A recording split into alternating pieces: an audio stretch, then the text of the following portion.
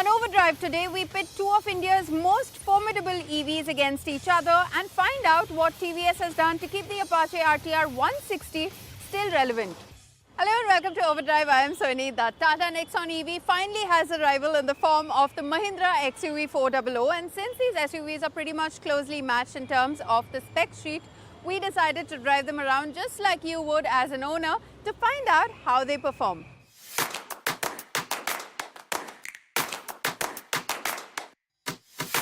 It's a bright and early morning in Mumbai today, and we're on an endurance test of sorts, quite like the people out here on their morning walks. Now the Tata Nexon EV, especially in this long-range max form, has been your go-to electric car if you wanted something that will do pretty much everything that you want from a family car. But it's got its biggest competitor yet, priced very similarly, which is the Mahindra XUV400. So today, let's just get in, drive and see how they perform. So quick status check before we set up. The XUV400 is at 94% battery and it's done 3.9 kilometers so far. The Nexon EV Max, we've been driving it a bit. It's at 85% battery and has done 30.7 kilometers. So we're in the middle of the city now. Now the next time we see you, we'll be on the expressway heading towards Lonavala. So we'll give you a lowdown on how these cars perform on the highway.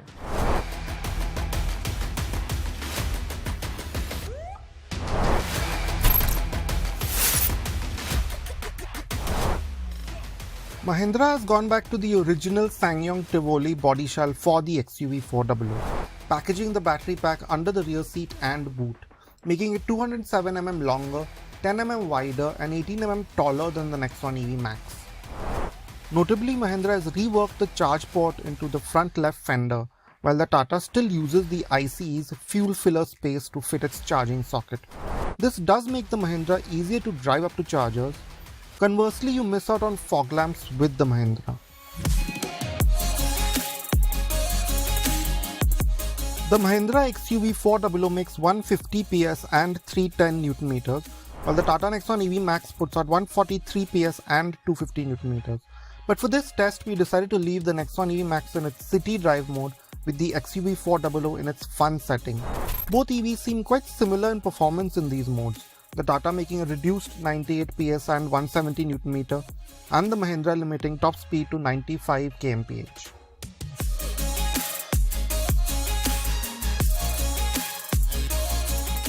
So now we've spent some time driving. We're out on the expressway headed to Lonavala, and here's the status of charge.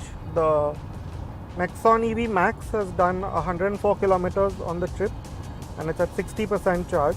The XUV400 has done 74 and it's at 71% charge. The Tata deploys its performance in a more polished way. Both limit torque at low throttle application, but the ramp up is more linear in the Nexon EV Max.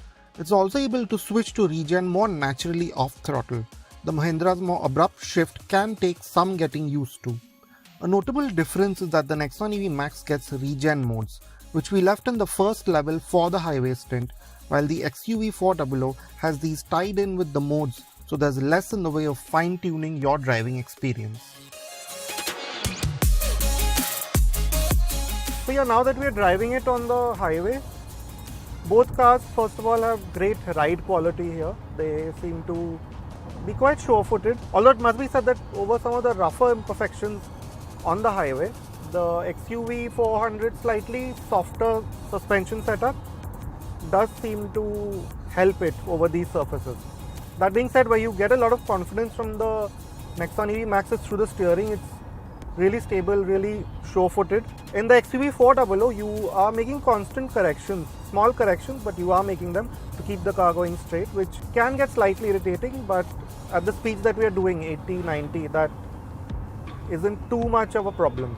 In terms of how they're performing, in terms of efficiency, the Nexon EV Max again seems to be marginally more efficient, and that seems to be in the way the battery is delivering its power and generally the smoother working of the motor and the regen system. We've been keeping the Nexon EV Max at level 2 regen, which is about what you would expect in terms of engine braking from a regular car on the highway, while the XUV400 has been in the fun mode. There's no eco mode as such in that car. So yeah, they're both similar in terms of the regen effect that they're giving, but It just seems that the Nexon EV Max does it a touch more seamlessly.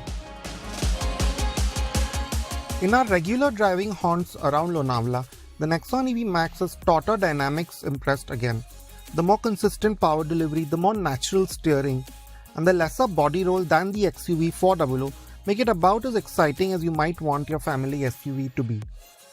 The XUV400's straight-line performance is blistering as our rolling and standing acceleration times suggest, but its more comfort-focused suspension shows limitations here. So now we've reached the first half of our journey. We are right at the top of Lonavala, and bear in mind it's been an 85-kilometer climb to get here. First through the full ghat section of the expressway and then right up through the hills of Lonavala. So the Nexon EV Max, remember it had slightly less charge when we started. It's done 153 kilometers and has about 32% charge left. And the XUV400, it's done 125 kilometers and has 43% charge left. From here on, we're going to go back downhill. It's easy because it's going to be a lot of downhill, so we won't have to manage charge all that much. And then we're going to go charge this in Lonavala in a fast charger and then take it from there. The Tata and the Mahindra are similarly spec'd in terms of battery sizes. The Tata has a 40.5 kWh pack and the XUV400 a 39.4 kWh pack. However, they differ in terms of battery chemistry. Mahindra has gone the nickel manganese cobalt way, while the Tata uses lithium iron phosphate cells, both of which are variations of lithium ion technology. The Tata Nexon EV Max and the Mahindra XUV400 again take different approaches with safety. The XUV400 will give you 6 airbags in this top trim, while the Nexon EV Max only makes do with 2. That said, the XUV400 is missing some critical active safety equipment, especially in the context of EVs. These are ESC, hill hold and hill descent control. We found the XUV400 can roll back on a slope, and with the high torque output is also quite drastic wheel spin and torque steer for you to contend with on hard acceleration in the more potent modes. Very soon we are going to take these two EVs for a spin around the city to find out just which of these two would be best suited as your daily driver within the city. Stay with us, you're watching Overdrive. CNG car, there's no chance of storage. If you get a CNG car, you've got to get a carrier. CNG is good, but to get something, you have to give up something. OMG! It's CNG!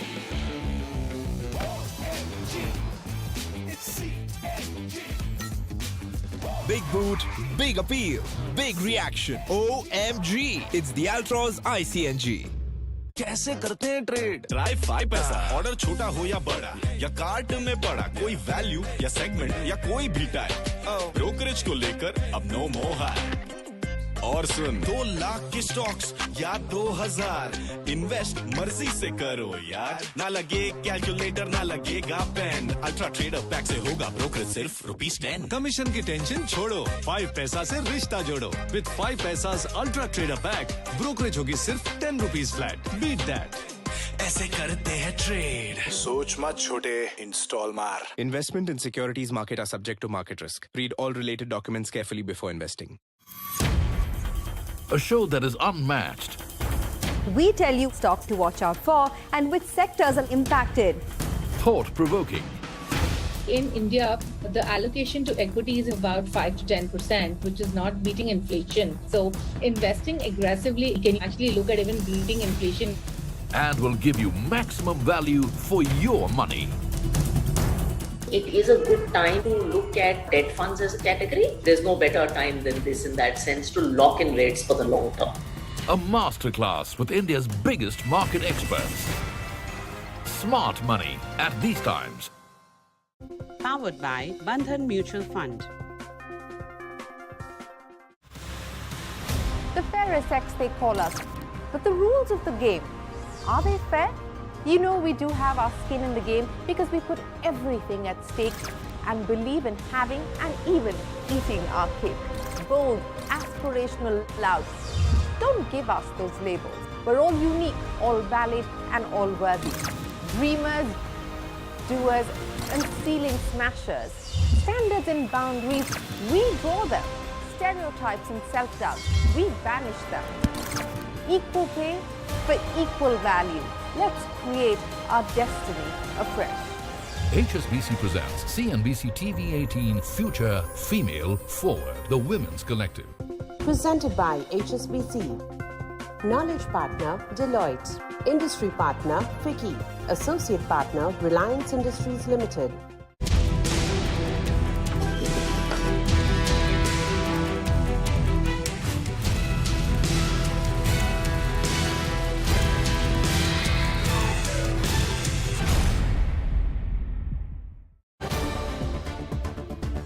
Delivery. There is a large block. I understand in the block deal, the leading private equity investor was a seller. BHEL is buzzing in trade today, and there is an anticipation of a large order coming for BHEL very soon.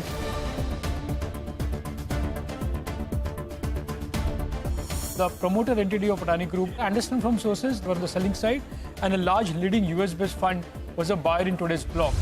We have confirmation of both. The promoter entities have sold and have raised 15,500 crores by selling stake in the 4 group companies. And the buyer is GQG Partners. Tune in to NSE Closing Bell as we spot deals before they happen, decode their impact on stock prices, and help you stay ahead of the markets. CNBC TV18. Follow the leader. Welcome back here with us on Overdrive. We've just been testing the Tata Nexon EV against the Mahindra XUV400 on the highway, but now it's time for us to check out which of these SUVs would be most suited for city driving. The Nexon EV Max, after the recent software update, now has an ARAI certified range of 453 kilometers against the XUV400's 456 kilometers. But the real-world range figures tell a different story. It must be noted though that we recouped quite a bit of energy on our downhill run back and drove hard for our shoots, which has gotten the highway and city efficiency numbers close to each other. It also shows that you can really use these EVs for weekend trips or as a daily commuter without charging more than a few times a week. Both fast charge at up to 50 kilowatts. The XUV does it slightly quicker on paper, getting up to 80% in 56 minutes, while the Nexon EV Max takes 50 minutes. But charging the two EVs at different fast chargers and on slow AC charging, we found that these numbers do not make much real-world difference. Both can AC charge at up to 7.2 kilowatts, taking about 6.5 hours. The Nexon is 2 hours slower with the 3.3 kilowatt charger.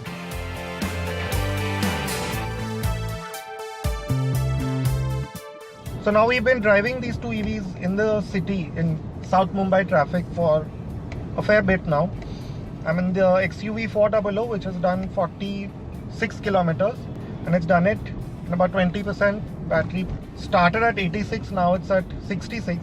And as for the Nexon EV, it started at 80, it's at 68 now, and it's covered about 29 kilometers. Now, a big difference, we've been driving both these cars, the XUV for example in their fun mode, and the Nexon EV in the normal mode with the highest region. Although for the XUV we did shift to the L one-pedal driving mode, which has helped its efficiency because you don't need to use the brakes too much. It has real one-pedal driving. It will actually come to a halt, unlike the Nexon EV, which slows right down to a crawl but does not stop. It's much easier to modulate speed in traffic in the Tata despite there not being a one-pedal driving mode as in the Mahindra. The Nexon EV Max has a more natural feeling brake pedal which makes stopping more confident. The Mahindra's abrupt switch from drive to regen again hampers it here. And as for the driving experience, it's clear that in the XUV400 you have a better view out. The windscreen is wider, you can see the edges of the larger bonnet much more easily. And there's a less of a blind spot here. In the Nexon EV there's a really large A-pillar and big mirrors. The mirrors here are slightly smaller, the A-pillar isn't as large, so that helps. And in terms of ride too, the XUV does fare a little bit better in the city. At low speeds with the frequency selective damping that's in this car, you realize that it takes those low speed bumps which most EVs don't do. They have that firm edge to them. This still has it, but it's not nearly as much as in the Nexon EVs. So over these metro ravaged roads, if you will, the XUV400 is slightly more comfortable. It also has less pitch and dive, even though the Nexon EV does have a tauter suspension generally. So in terms of driving in the city, the XUV400 is more comfortable. The Mahindra XUV400 is a strong first effort. It's bigger both inside and out than the Nexon EV Max, has blistering performance and is reasonably efficient in isolation. The Tata Nexon EV Max though shows what a head start can do for you in a new segment and with new technology. It feels like a more complete package with its better efficiency, better integrated drivetrain and more tweakable modes. You also have more choices in terms of variants and features, which adds to it being more approachable. Prices for the Nexon EV Max start from Rs 17.57 lakh, while the single long-range variant of the Mahindra XUV400 costs Rs 20 lakh. The comparable Nexon EV Max costs about Rs 20.19 lakh. Well, you know what our pick is amongst these two EVs, but let us know what you would pick and why in the comment section on our YouTube channel. We'll be back after a very short break to tell you all about what's changed in the TVS Apache RTR 160 2V.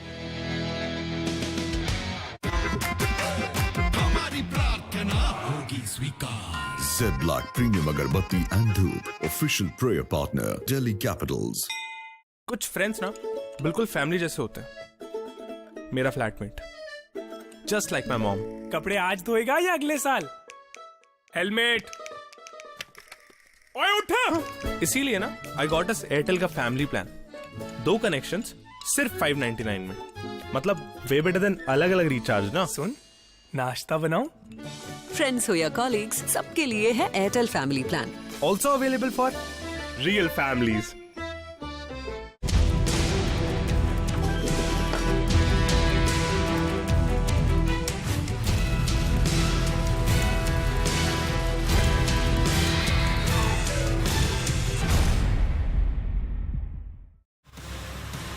The fairest sex they call us. But the rules of the game, are they fair? You know we do have our skin in the game because we put everything at stake and believe in having and even eating our cake. Bold, aspirational, loud. Don't give us those labels. We're all unique, all valid and all worthy. Dreamers, doers and ceiling smashers. Standards and boundaries, we draw them. Stereotypes and self-doubt, we banish them.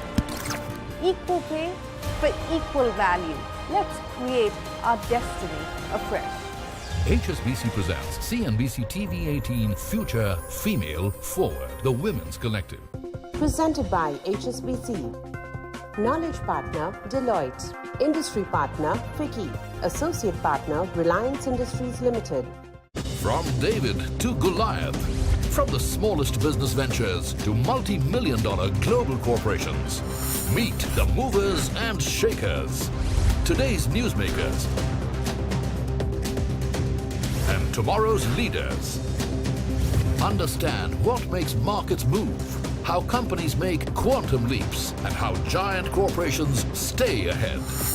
Get the biggest business stories of the day, power-packed into 30 minutes.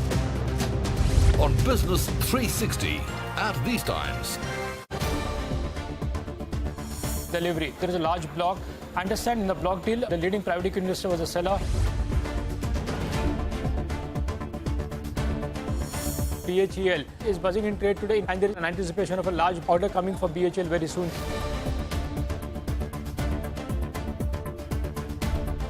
The promoter entity of Adani Group, understand from sources, were on the selling side and a large leading US-based fund was a buyer in today's block. We have confirmation of both. The promoter entities are sold and have raised 15,500 crores by selling stake in the 4 group companies. And the buyer is GQG Partners. Tune in to NSE Closing Bell as we spot deals before they happen, decode their impact on stock prices, and help you stay ahead of the markets. CNBC-TV18. Follow the leader. Welcome back. You're watching Overdrive. The TVS Apache RTR 160 2V has been around for a decade, but this motorcycle now gets some new styling cues and also some new features have been added to it. But does that make this motorcycle relevant for today's times? Let's find out. When it comes to 150 to 160cc naked motorcycles out here, the RTR series from TVS has always been a force to be reckoned with out here in our market. These motorcycles have a good mix of performance frugality and ride and handling dynamics. Now, this motorcycle that we have out here today, this is the 2023 TVS RTR 160 2-valve. Yes, it's not the more dynamic and more agile 4-valve variant, but this motorcycle has been on the receiving end of a couple of updates and features. So we're out here today to find out if this motorcycle weighs up well in today's day and age. So let's get right to it. For 2023, the Apache 160 2-valve sports a new refreshed look up front with the new LED headlight designs, DRLs, and there's even a tinted fly screen that sits above all that. Yes, it does look new and refreshing, of course. But then again, not as radical once you look at the more aggressively styled, better looking 4-valve variant of this same motorcycle. In fact, all of the 2-valve RTR 160 models look a lot more docile overall in comparison to the 4-valve variants.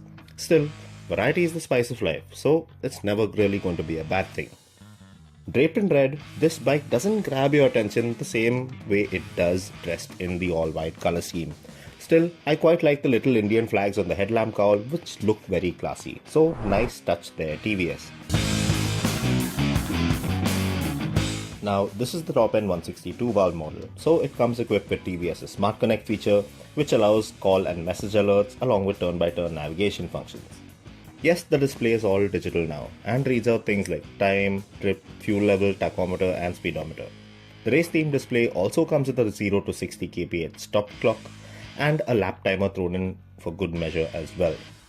The bike also gets 3 ride modes, rain, urban and sport, where ABS involvement as well as the power output is dialed down a bit depending on which mode you've selected. Moving back to the tank, you have a 12-litre reservoir with tank scoops designed to channel air towards the engine. Again, not all that aggressive looking and not as attractive as the 4-valve model. The lower part of the bike looks neat with the sharp engine cowl and exhaust now grabbing some attention with the shiny branded metal strip on it. The 2-valve also gets a familiar tail section with new distinct LED tail lamp design, which is sure to divide opinion.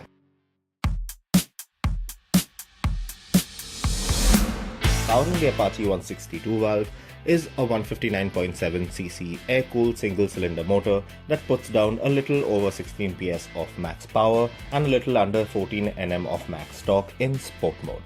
Now these figures are dialed down to around 10 PS of max power and 13 Nm in urban and rain modes respectively. Power delivery of the engine is smooth, but then it isn't as refined as that of the 4-valve model, with the engine pulling very neat and cleanly to about 9000 RPM. It makes the older generation 2-valve RTR 160 feel a little rough around the edges, but then again it isn't as modern as the 4-valve variant of this same motorcycle. The motor feels very tractable in the city as well, allowing you to pull away from low speeds easily in 4th and 5th or top gear. The bike will get up to around 60 kmph very easily, and it feels as though you could cruise along at this speed all day, with the engine in its sweet spot. Need to carry out an overtake, bring the throttle a bit, and the bike is very willing to do so. Just that it feels a bit gruff and it lacks the intensity and finesse of the 4-valve version of this bike.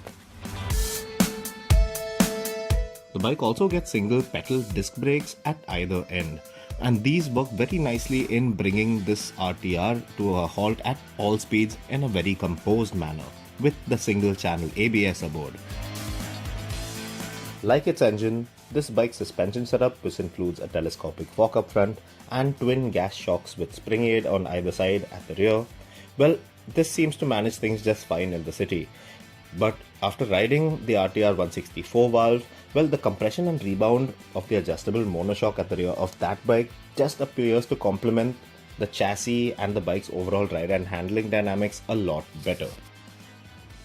Alright, so in terms of ride and handling, the TVS Apache RTR 160 2-valve, in the city, it will pretty much handle everything that you will come across, from weirdly shaped speed breakers to ruts and odd and uneven surfaces. Well, this motorcycle will handle it pretty well, and it's very pliant for city speeds at around 50 to 60, even 70 kph. Out on the highway, it's fairly manageable. It's very comfortable rather. But out on the highway, the rear suspension, well, I thought it could be better. It does tend to upset you a bit, especially if you have a pillion seated behind you. And in terms of the riding position, the taller you are on this motorcycle, the more uncomfortable you will feel, because the handlebar, as you can see, it is sort of flat, but the legs, your legs will keep you in a slightly more committed position that you will pretty much fancy over a long stint in the saddle, because short stints, very easy to manage out there on this motorcycle out in the streets, but on longer stints, your legs will feel cramped in this position. Now to sum things up out here with the TVS Apache RTR 160 2-valve. Now this motorcycle will set you back by 1,25,000 rupees ex-showroom Delhi, and for that price, well, you still get a compelling package in terms of performance, ride and handling and frugality as well. But then again, this is the top end variant. There are cheaper variants, two other variants that sit below this, the 2-valve variant. And once you actually look at TVS's menu out here in India, you will see that the 4-valve variant, which has, well, a stronger engine and a better suspension setup and better dynamics all throughout, well, that motorcycle will just cost you rupees 5,000 in addition to the cost of this one.